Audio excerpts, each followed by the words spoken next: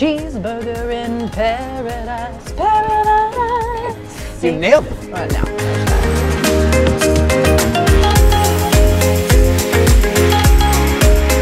I'm Debbie Pontikas with the Brokery. And I'm Jeremy Lovett with Intent Mortgage. This is Paul Lindsay at the Porch.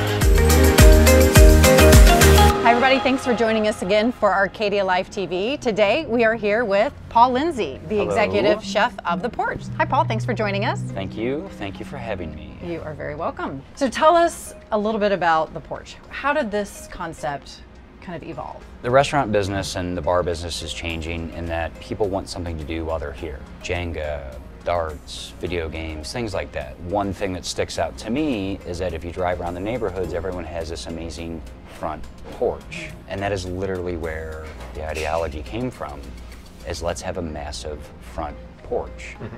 It's bar food, but it's healthy driven. People still want to drink, but they want to eat healthy. Mm-hmm. They would rather drink their calories than eat them. Luckily, there's a diet for literally every person on the planet. Yeah. So they say. Yeah. I've been on Instagram, it's all there. So when you were looking at locations, what was important as far as making sure you made a tie with the Arcadia neighborhood? You almost don't get more centrally located than where we are. Right. So I feel like for the owners, John and Lauren, it was an easy decision to choose this location. I live just down the street. I mean, I can walk to the Porch if I wanted to. Probably a lot of people should walk home after coming to the Porch. You know, a couple of months ago, there was literally more bikes. We have so many bike racks. There's more bikes than there were cars. Mm-hmm. I walk here, and I walk to get coffee, and I walk to the dry cleaner. That's why I've lived here for 10 years, because I just really appreciate sort of the kinship and the neighborhood that Arcadia is. Yeah. I'm like, hey, I'm like one of the OGs. I've been here for 10 years. You know, these newbies rolling in, but I'm like, cool, you know? Tell us a little bit about you. Like, how did you get started in the restaurant industry? What made you want to become a chef? And how are you bringing that into the Porch? It just seemed very natural at a very young age. My grandmother and my mom, huge cooks, great cooks. Everything from scratch. I was born in Northern Ireland.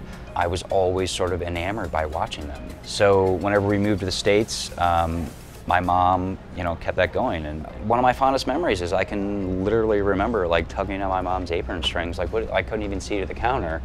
Like, what are you doing? I started as a dishwasher when I was 14, and I worked for some amazing chefs and, you know, got my butt kicked, you know, came up like in legitimately hard-nosed kitchens. Good thing you got that Irish thick skin.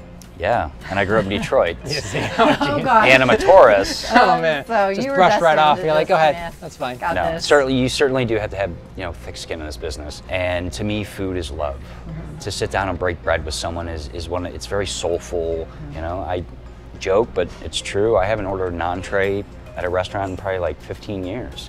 Because that's not how I like to eat. I would rather, if there's 4 of us, let's order half the menu. And I'll take a little of that, take a little of that. Some people love doing that and some people don't. Yeah. My wife would love to eat with you. Yeah. She's like, I want variety. Can we just order the left side this time? Exactly. Yeah. But you also have to know as a chef that the 3 of us sitting here, we all have 3 different palates. Yeah. Mm-hmm. You may love it, you're like, meh.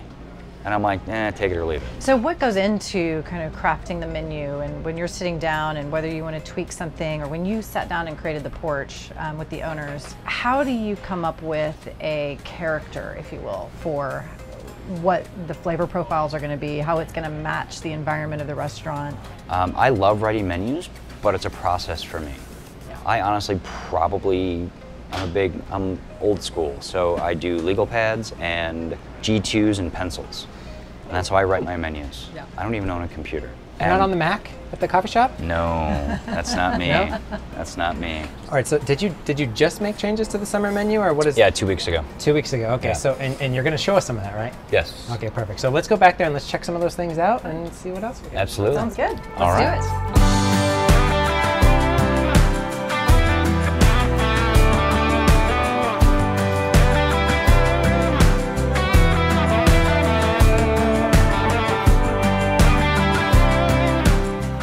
Thanks, Paul, for inviting us to sit on your porch and learn a little bit more about your restaurant. Thank you for having me. Absolutely. And if you would like to live, work, or play the Arcadia life, just give Debbie and I a call, and of course, catch us here next time. Don't forget to comment below so we know where you'd like to see us go next time. Thanks so much. Stay tuned. Thanks. I'm like, oh, I'm a mom. Let's not waste that. If you're going to order it, you better finish it. That's way too deep for me this morning. I don't ever want to be responsible for sending someone to the hospital. No. I don't know what kind of vibe you This is want. a family establishment. She has to sing in every episode, apparently. Hey. You've been trying and trying to get me to sing, and now you're trying to shut it down. No, not at all. I want you to sing. It's a good thing there's vodka in the cups. Yeah.